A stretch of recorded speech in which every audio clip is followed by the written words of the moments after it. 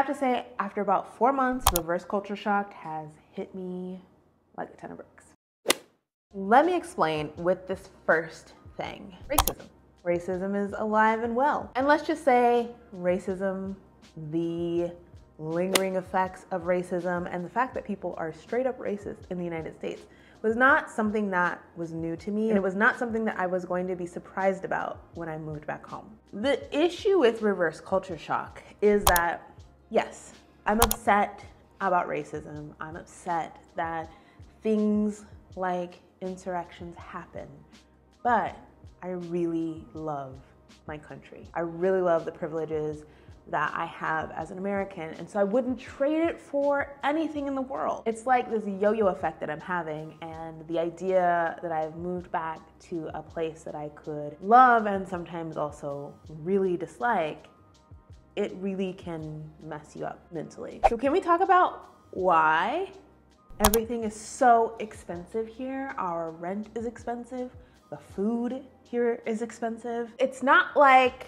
we can't afford the things that we need to spend money on or want to spend money on. Frankly, sometimes wants and needs are overshadowed by each other, but it's the fact that in other countries, things are in fact a little cheaper. The thing about things in the States, like your rent and internet and food and the things that you pay for on a day-to-day basis or monthly basis in another country and in the United States, is the markup is just really high. In my opinion, that's just how I feel. Things are definitely a lot more affordable overseas, or at least that's how I felt in the countries I lived in, which were India and Morocco. However, things are sometimes a little more accessible here. So I do have everything that I need here.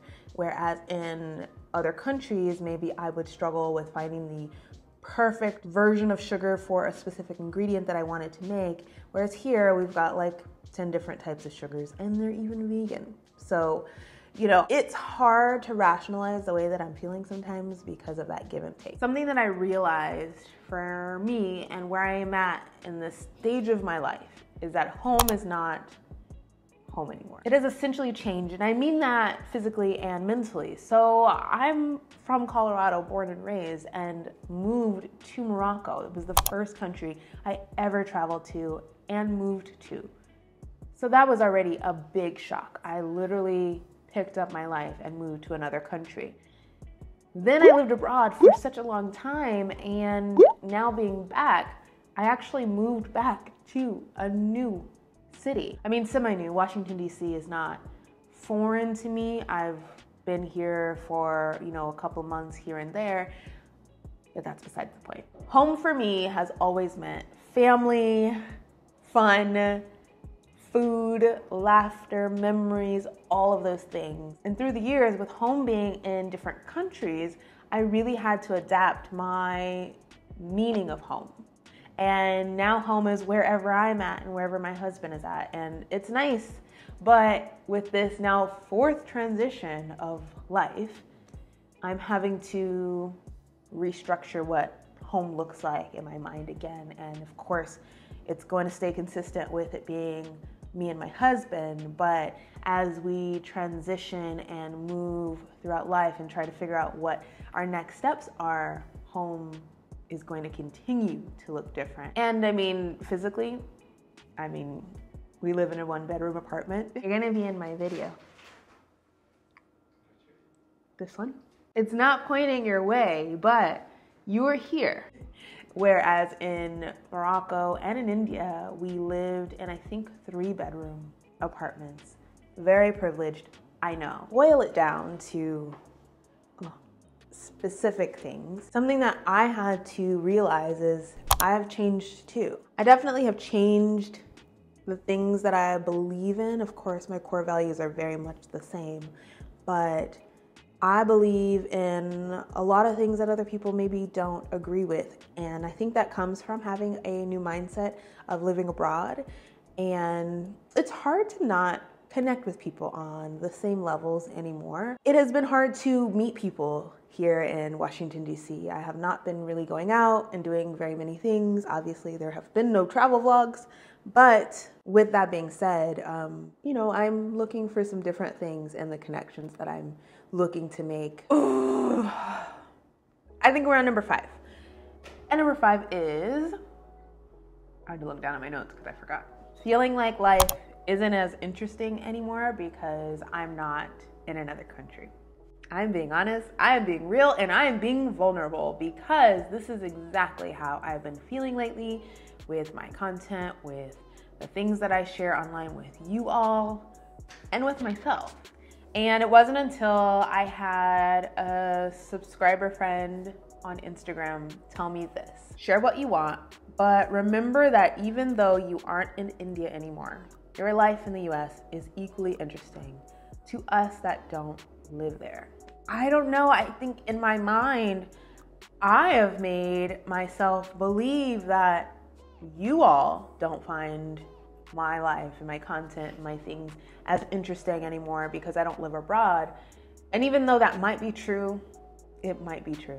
I have internalized that myself, and that has been one of those culture shocks. I mean, the fact that I'm on YouTube is another layer, but for those that move back to America and maybe live this interesting, fast-paced life, and you're plopped back down into what you hear now, which is like construction and just like normal life, you feel like your life was so much more epic than it probably actually was. And I have to be honest with you, my life is very similar to the life I lived in India. I would say less similar to the life I lived in Morocco just because I felt like I was really doing a lot of stuff. But in India, especially during our, I was in the house like I am now. I wasn't traveling. I wasn't really going anywhere. And so I think, yeah, it's definitely been internalized feelings as to how I associate my life now compared to when I lived abroad. Here's something that I find interesting. I do realize that in real life, for the most part, people aren't as interested in hearing about my experiences abroad, but being a YouTuber, I feel like I do shove that down your throat anyways. I'm like, here is my life in India. Here is my life in Morocco. Here are all my experiences and all of my travels. I do that without trying to shove it down your face. It's just my content. Yeah, in real life, people could care less. Your glamorous life abroad isn't as glamorous to everybody else's daily life. And that's okay. It does sting a little bit, and it's a little contradictory to my last point because life abroad is amazing and people on YouTube think so. I think so, but people in real life are just trying to get by. People, especially now, are just trying to make it day by day, and I get that. I think this is number 7 and the last point that I'm gonna make about reverse culture shock, and it's this. I am definitely a lot more critical about everything here in America, and I don't know if it's because I'm just overly sensitive or overly aware, but it is something that I've noticed about myself, especially during this time when the Rona is running rapid and it doesn't seem like there is a solution or end in sight. But at the same time, when I first moved back, someone asked me in a live stream if I experienced any reverse culture shock, and I said no. I think that's because I was still in the honeymoon phase. The honeymoon phase of moving back, you go to McDonald's, you eat your burger that you've been longing for forever. You do as much as you can because you feel like you missed out, and then you hit the lull and you're back down to earth. And I think for me, where that sensitivity really comes from is the fact that here in America, we have so much, and I feel like we take so much for granted. And when you live abroad and you see how people maneuver and live their lives with much less and don't complain, it really becomes evident that you're living in a completely different place. It really becomes evident that you're not where you were and you are somewhere new, and it's something that you should be grateful for. As somebody that has the ability to return, but I don't necessarily see that gratitude and that thanks from other people. So that's it. I hope you all liked this video. I know it was a little bit of a different style. I'm trying to liven things up a little bit and to just be myself, honestly, and get back to My old days. It really is helpful when you have so much content of yourself online because you get to critically analyze yourself all day and see what you could be doing better. So let me know down in the comment section below if there are things that you'd like for me to talk about next. I've got a couple of other really great videos coming up, so stay tuned for that. And yeah, I hope I don't have almonds stuck in my teeth because this overheated. I ate almonds and now I'm self-conscious. Like, let me double check, let's see. Oh, we're good to go.